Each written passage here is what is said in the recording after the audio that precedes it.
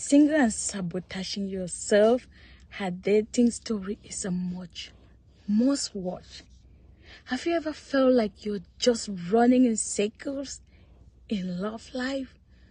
You know, like you're doing all the things you're supposed to do, but you keep tripping just before you get to the finish line, landing face first in yet another relationship that makes you wonder, seriously, how did I get here again? What if the biggest thing starting in your way of finding love isn't them, or bad luck, or the universe having a laugh, but something hidden deep inside you, a pattern you can't even see? Imagine realizing that the very love you've been searching for has been systematically, unconsciously pushed. Welcome to Mirage's TV.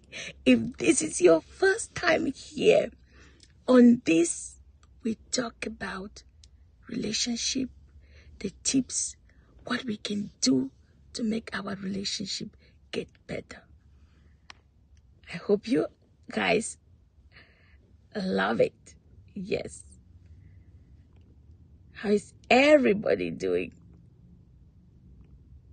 I hope everybody is doing well. I hope you are doing well, as we're doing well here.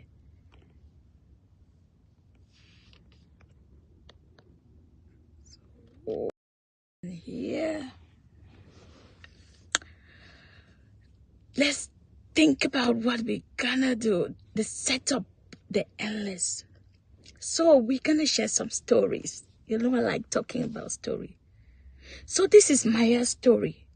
And for years, Maya's love life felt like a badly written play she was forced to star in, repeating the same old tragic scenes with a rotating cast of guys who were all eerily similar.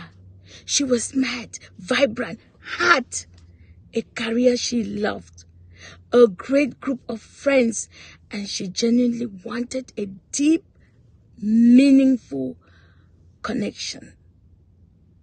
I would say that was on paper, right?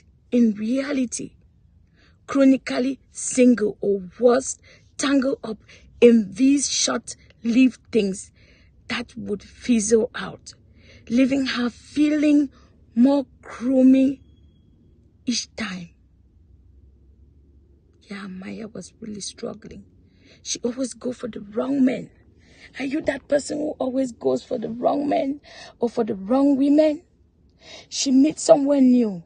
There will be that initial spark, that little flutter of hope, the fun back and forth, messages, and those exciting first few dates.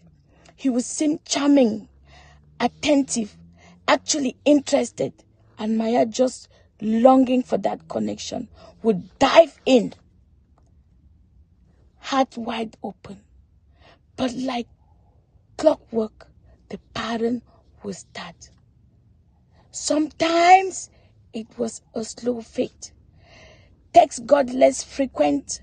Plans became super vague. Other times it was more of a sudden jolt, a quick reveal of his emotional unavailability. His classic not ready for a relationship speech, or those glaring red flags she somehow missed, or let's be real, choosing to ignore in that initial happy glow. Are you Maya? Are you struggling like she is struggling, or she struggled? She would tell her friends these stories. Her voice a mix up. I'm so over this. I don't just get it. He was perfect, and then suddenly he just wasn't. Or we had such an amazing connection. What went wrong? Most of us experience this. You have that sweet connections, and before you know, it would die down. You'll be asking yourself, what went wrong? What did I do wrong? Her friends would listen, offer sympathy, and the usual advice like, oh, you're just too good for them. Or maybe try a different dating app. But none of it really hit that nagging feeling. Maya had deep down that there was something more going on. Something she just wasn't getting. Yeah. Are you that person who is struggling and having that something that you're not getting? Why is it happening? The men she attracted, or maybe the men she found herself drawn to, often had a few things in common. Have you realized that some people are always attracted to the wrong people? So was Maya. Yeah, they were charismatic, but often emotionally miles away. They might be fresh out of big relationship, or total workaholics with zero actual space for a partner, or just really good at saying all the right things without ever meaning to follow through. Yes, some people are like that. They tell you all you want to hear and mean nothing about it. Maya would tell herself she was just unlucky, that these were the only kinds of guys out there. She would complain about modern dating, how superficial it was like, how no one wanted real commitment. Yes.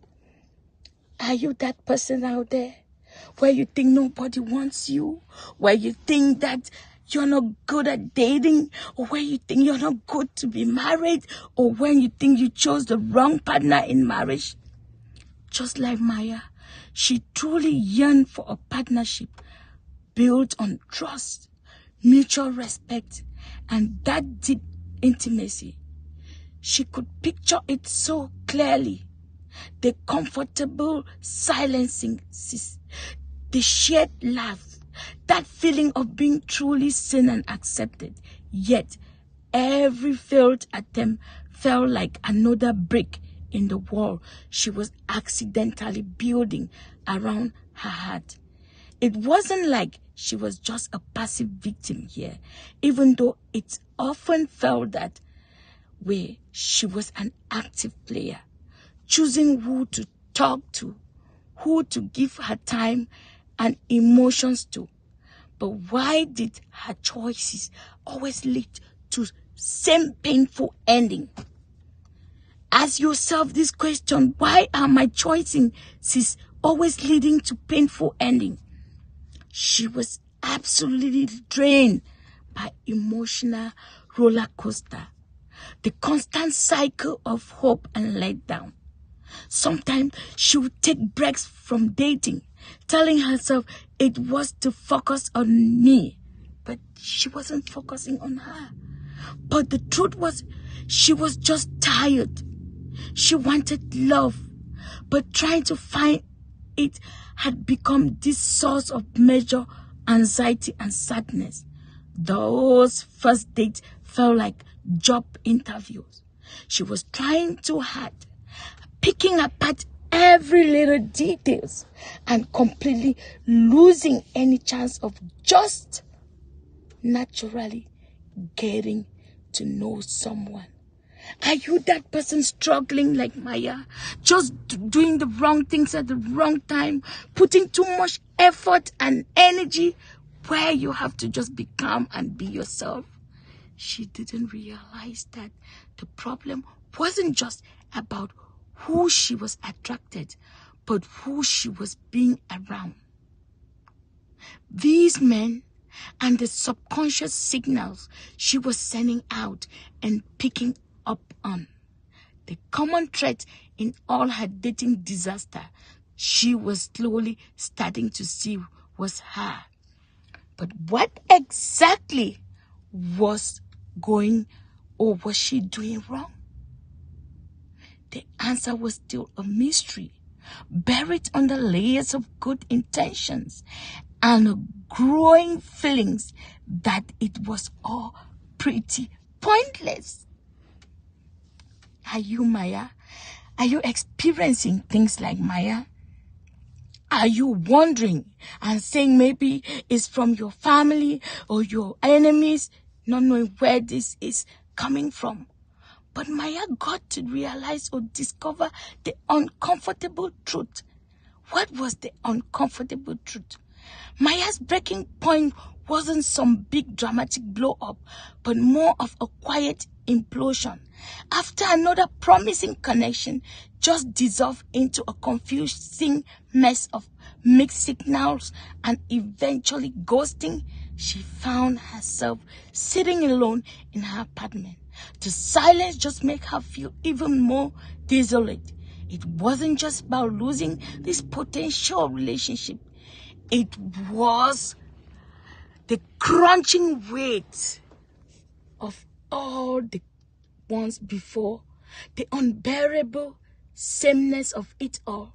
She was so tired of her own story, tired of sympathy, but ultimately unhelpful advice.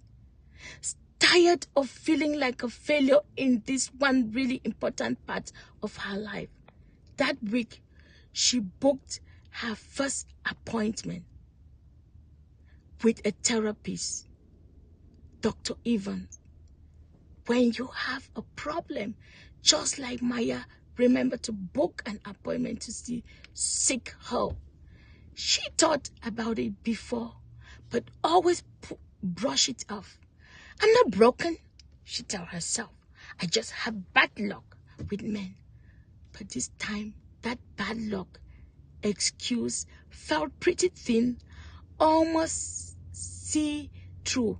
She went into the first session with a whole speech prepared, a well-rehearsed list of her dating disasters, fully expecting Dr. Evan to give her tips for finding better men or how to deal with the wild world of modern romance.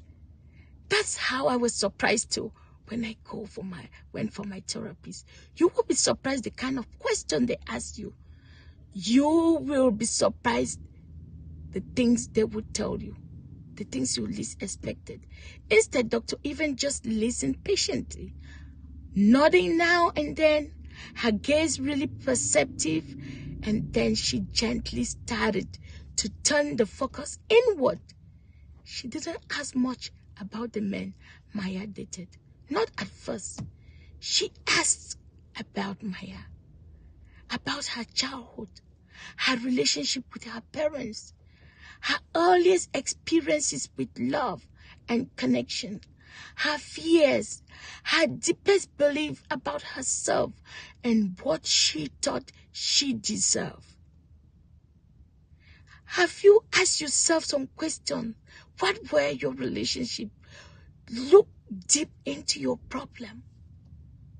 It was in their third session that the penny or maybe a ton of bricks dropped.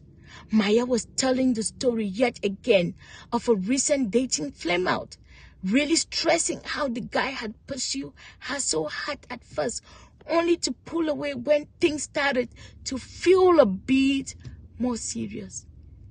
It's like they sense, I want something real, and they just run. Are you that person where even at your first dating, you're telling them, I want something real, I want marriage, I want 3 kids, I want this, all about I want? Maya said that familiar frustration tone in her voice. Dr. Evan leaned forward a little.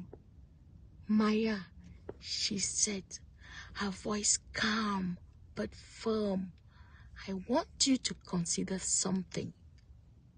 You talk about these men running away, but have you ever thought about the ways you might be subtly and unconsciously pushing them away?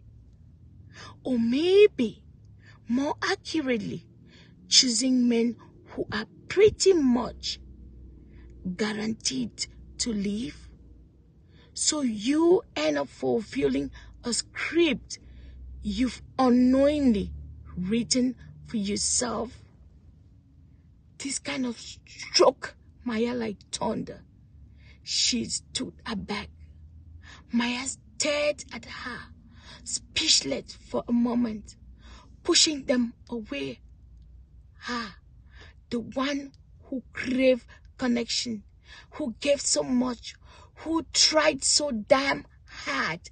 It felt like an accusation. No, she said, a bit too quickly. That doesn't make sense. I am the one who gets hurt. I am the one who wants commitment.